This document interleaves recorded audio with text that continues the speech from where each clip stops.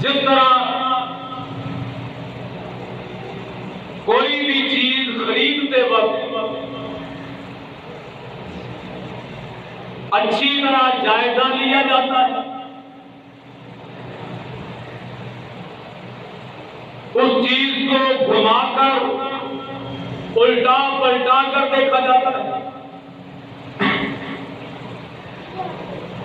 फिर उसके बारे में एक राय कायम की जाती है, यार ये चीज 2 नंबर है। 1 नंबर चीज की अलामत और निशानी ये है, आप मुझे 2 नंबर चीज दे देंगे। दुनियादारी के मामले में ज़ेन काम करता है।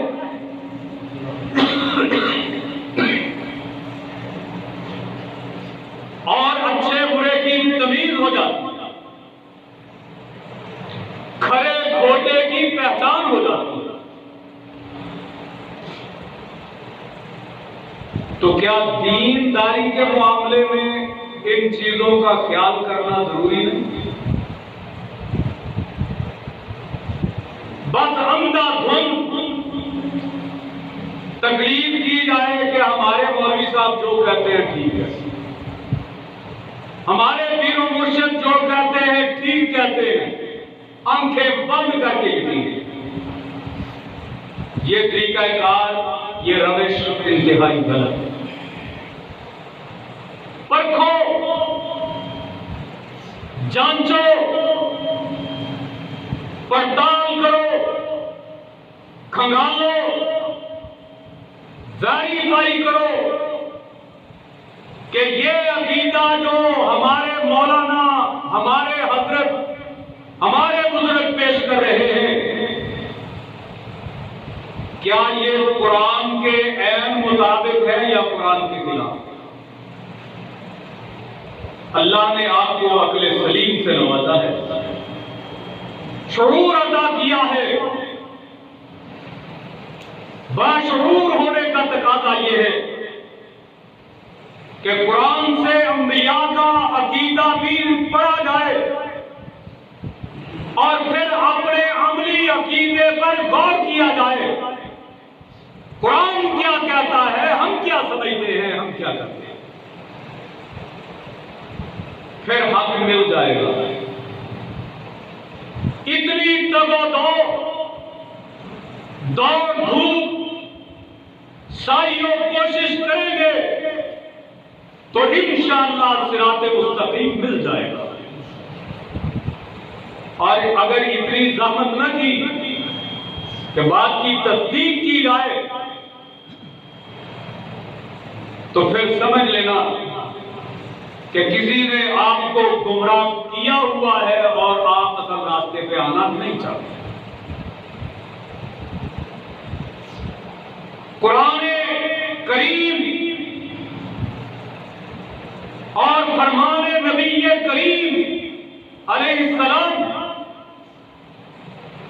अगर पढ़ा जाए, समझा जाए, तो उसकी वेरिफिकेशन और तस्दीक की जाए तो हक अकीदा मिल जाता है। और फिर अकीदा के मामला में ये बात नहीं सोचनी चाहिए कि हमारे आबा अजदाद भी इसी तरह करते आए, आज हम उनके तरीके से फिर जाए। लिहाजा जिद और हठधर्मी पर कायम रहते हैं। दीन की लोगों ने 2 अक़साम बना ली। दोनों अपने आप को दीनदार समझते हैं, लेकिन दोनों में से एक हक पर है।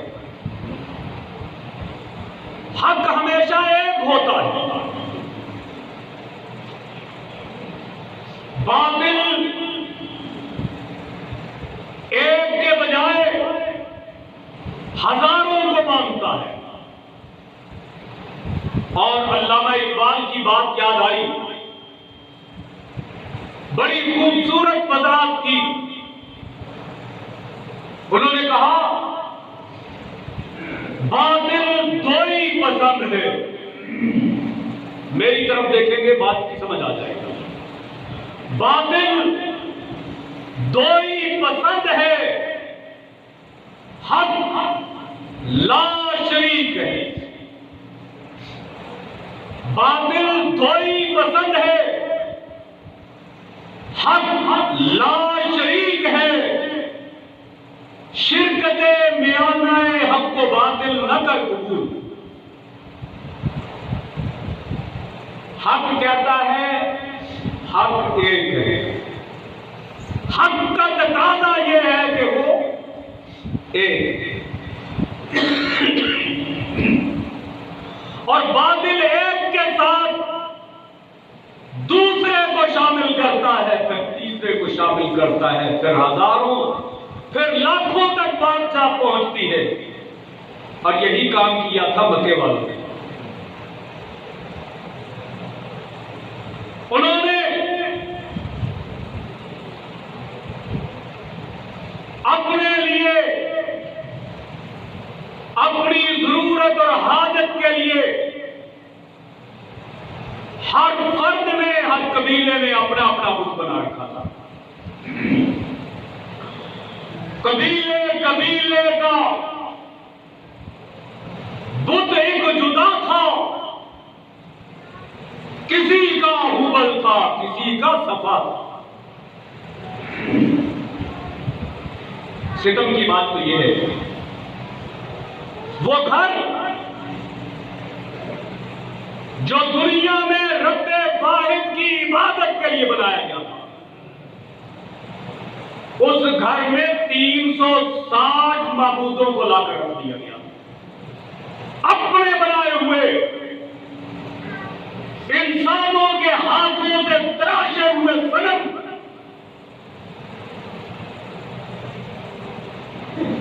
और अपने हाथों से बनाए हुए बुत हाजत रवा और मुश्किल को शाह समझे जा रहे हैं, और खाने खुदा में उनको रखकर पूजा जा रहा है। अल्लामा इकबाल की बात फिर याद आ गई। उन्होंने कहा ये दौर अपने बराहीन की तलाश में है। ये दौर अपने बराहीन की तलाश में है। सनम गदा है जहां ला इलाहा इल्लल्लाह। उन्होंने खाने काबा में बुत सजाए, लेकिन हमने घर घर में अपने बुत बनाए। किसी ने अपनी ख्वाहिश नफ्स को अपना बुत बना लिया और उसको पूजना शुरू कर दिया। किसी ने अपनी जात और बरादरी का बुत बना लिया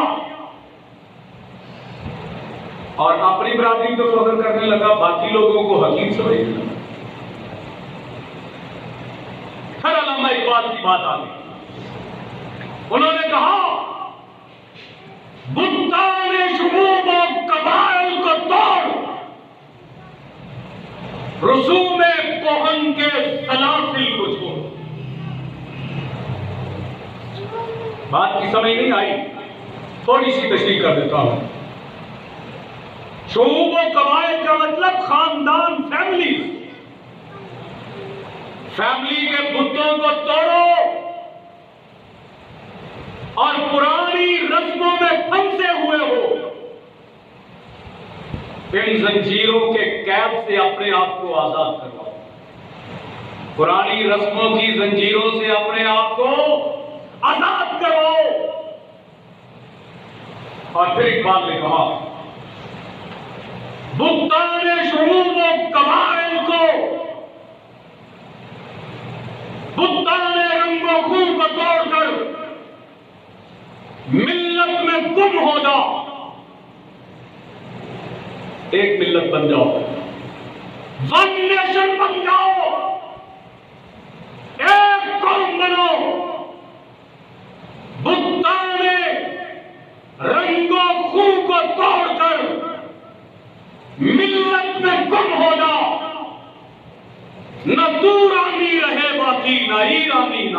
में। इकबाल के उसी पैगाम को आज मिल्लत इस्लामिया का मरकज भी इस बात का पैगाम देता है कि अपने खानदानों को छोड़ो, अपने अपने फिरकों को छोड़ो, आओ कुरान और हदीस पे मुत्तहिद हो जाए, एक मिल्लत हो जाओ, एक हो मुस्लिम, एक हो मुस्लिम। हरम की पासबानी के लिए नील के साहिल से लेकर ताबका के काश्मीर। हजरात, कौम एक कैसे हो सकती है? फिरकाबंदियों में बटे हुए। इकबाल ने कहा आज बात चल निकली है तो इकबालियात की बात हो रही है। फिरकाबंदी है कहीं और कहीं जाते हैं। क्या जमाने में पनपने की यही बातें हैं?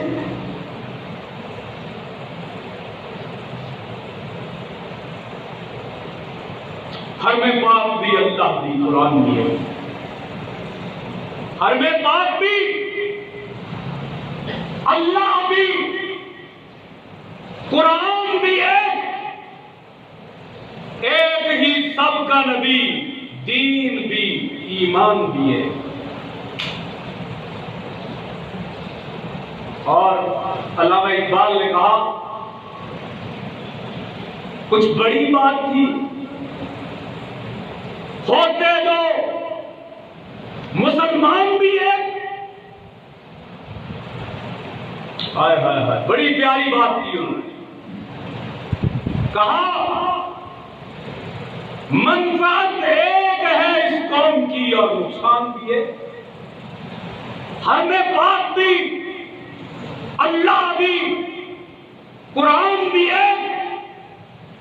एक ही सबका नबी, दीन भी, ईमान भी है। कुछ बड़ी बात नहीं होते तो मुसलमान भी है। समझने की बात है, अल्लाह समझने की तौफीक होगी। हर फिरका, हर मजहब, हर मसलक अपने अपने दलाइल रखता है और कुरान कहता है कुल्लु हिज़्बिन बिमा लदैहिम फरिहून। हर एक फिरका, हर ग्रोह अपने दलाइल पर मुतमईन है कि हम सच्चे हैं, हम हक पे हैं, हम फिरका नाजिया हैं। क़यामत के दिन हमें हुजूर की शफ़ाअत मिलेगी, हम निजात पाएंगे, हम जन्नत में। हर एक का दावा। बात तब बनेगी जब अपने मसलक, अपने फिरके, अपने अकीदे, अपने नजरिए को दो कसौटियों पे परखा जाएगा। हक वाज़े हो जाएगा, बातिल अयां हो जाएगा। वो दो कसौटियां हैं, एक कुरान और दूसरा अल्लाह के पैगंबर का फरमान। कुरान और हदीस मेयार है, इस पर तमाम मसालिक का इत्तिहाद हो सकता है। वअतसिमू बिहब्लिल्लाहि जमीअन वला तफर्रकू, सब मिलकर मजबूती से अल्लाह की रस्सी को थामो। यह है अल्लाह की रस्सी जो अल्लाह ने मुहम्मद रसूलुल्लाह सल्लल्लाहु अलैहि वसल्लम पे नाज़िल फरमाई और फिर इसकी तशरीह खुद ज़बान रिसालत से फरमाई। वो हदीस बन के हमारे सामने आई। तो कुरान और हदीस में यार है, इस पर इत्तिफाक और इत्तिहाद हो सकता है। फिरका छोड़ा जा सकता है,